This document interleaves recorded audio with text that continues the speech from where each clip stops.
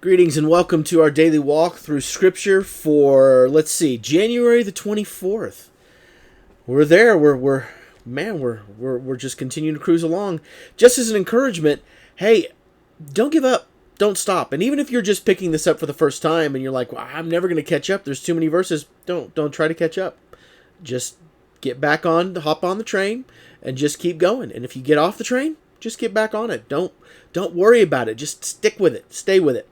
And we've been talking about Matthew for a few days, but today we're going to go back to Genesis for a little bit. And we're going to ask the question, what's in a blessing? Now, for most of us, when we hear the word blessing, we think of either the prayer before a meal, the blessing, to quote National Lampoon's Christmas Vacation, or we think of it as something that you say when someone sneezes, bless you. But blessings in the Old Testament were prophetic. They were oracles, if you will. When Noah gave the prophecies to his sons, it was telling us to which direction sons were going to go and what was going to happen there. Same thing here when Jacob blesses his sons. Now the difference is that we're talking about what will become the 12 tribes of Israel. And Jacob is going to go down and he's going to bless each one, but he's also going to give some really crazy prophecies, if you will. So we're going to walk through these here for a second because we need to see that God used these blessings as those prophecies at the time. So here we go. Starting in Genesis 49 with Reuben. Now he says, Reuben, you're my firstborn, the first fruits of my strength, but you're also unstable as water. And because of that, you shall not have preeminence. And here's why. Because you went up to your father's bed, then you defiled it. He went up to my couch. Now this is clearly a reference to Genesis chapter 35 when Reuben did just that. And as a result of it, he was supposed to be the firstborn. He's supposed to get a double inheritance. And instead, it gets passed on. It gets passed down to another brother, which we'll see here in just a minute. And then he talks about Simeon and Levi. And he talks about how these guys are basically just violent and angry. Weapons of violence are their sword. Let my soul come not into their counsel. Let me not join, because in their anger they killed men. So what happens to Simeon and Levi? Well, Simeon, in essence, gets absorbed by the tribe of Judah. They get this little bitty piece of land right in the middle of the giant tribe of Judah. As for Levi, well, they don't get any land at all. That's where the Levitical priests come from. That's where Moses and Aaron got started, and that's where we see them. And the Levites didn't end up having property. They had some towns, but they never had any property. So as a result of that, Jacob says, I will divide them and scatter them in Israel. And that's exactly what happened. Now, remember the Reuben thing? Well, now here comes Judah. Judah, your brothers shall praise you, for your hand shall be on the neck of your enemies. Your father's son shall bow before you. Judah is a lion's cub from the prey, my son. You've gone up.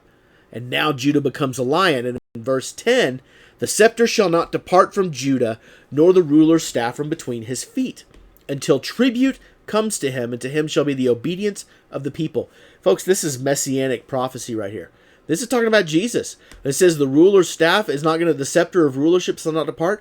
Jesus came from the tribe of Judah.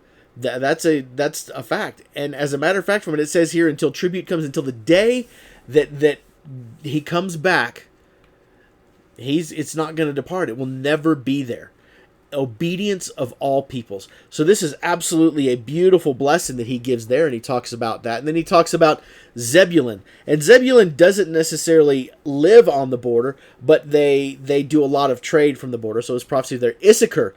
Basically, the tribe of Issachar, he calls them a strong donkey because Issachar is going to end up being enslaved by a lot of different people. They're going to get oppressed a lot. They're going to end up being, break-back laborers. Dan is an interesting one because Dan is supposed to be a righteous judge, but instead in verse 17, Jacob calls him a viper. And as a matter of fact, unfortunately, in the time of Judges, the tribe of Dan, we see the first major practice of idolatry come from the tribe of Dan because of what he did. And then it talks about raiders shall raid Gad, but he shall raid at their heels. I mean, this is talking about the kind of border raids and stuff that Gad is going to experience based on their stuff, but Gad's going to fight back. They're scrappy, if you will.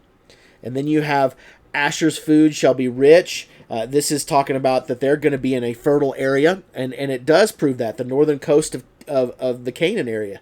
And then you have Naphtali. They're going to be like, when it says, is a doe let loose that bears beautiful fawns, the deer were found in the mountains, and that's exactly where Naphtali was. And now Joseph comes, and Joseph gets blessing, but Joseph's blessing comes actually split because his two kids, Manasseh and Ephraim, end up being the other tribes of Israel. Remember, there's 12 tribes, but Levi ends up not having their own place. So Manasseh and Ephraim, Manasseh kind of takes Joseph's place, and Ephraim actually flipped that because, Manasseh was not the oldest one, but he gets the blessing of Joseph being that tribe, and then Ephraim kind of takes the Levite spot. So that's talking about a beautiful blessing of what's going to go there, and of course Benjamin being the ravenous wolf. Basically, it was talking about a violent tribe, and we see instances all throughout Scripture or in the Old Testament and in Judges specifically, where that happens. So when we read about blessings in the Bible, we shouldn't take them as a sneeze or as a blessing like we have in a meal. These are prophetic oracles. So when you see someone give a blessing, pay attention to it because it might just come back around. Have a blessed one. We'll see you next time.